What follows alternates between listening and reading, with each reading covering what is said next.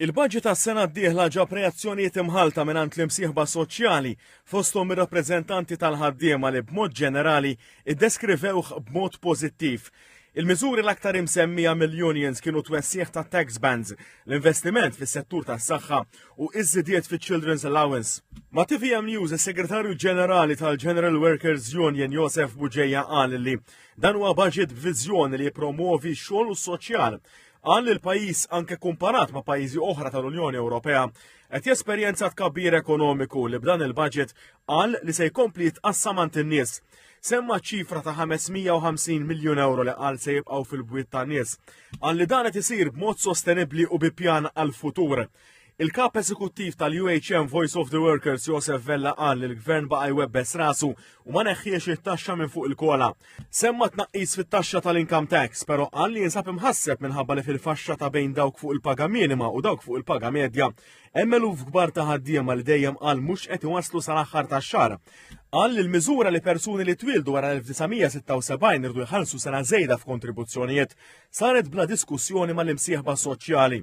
Il-President tal-Konfederazzjoni ta' Trade Unions Maltin Martin Balzan qal li l-budget naqqas it-taxxi l-aktar għal dawk li jinsabu fil-faxxi medji u ta' isfel fis-soċjetà u li dinja pożittiva.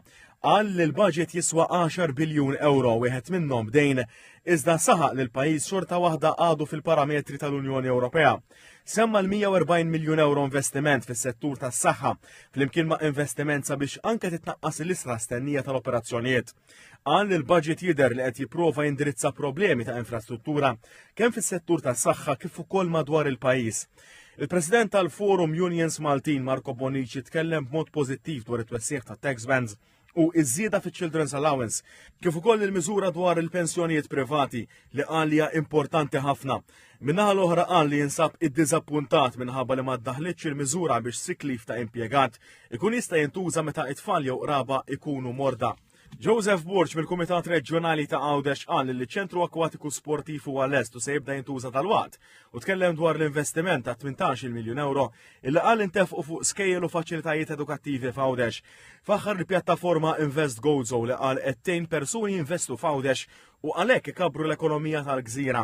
Faħħar ukoll l-iskemi apposta għal xerrejja f'żoni ta' konservazzjoni urbana li għalbek jinżammu ħajjin dawn iż-żoni.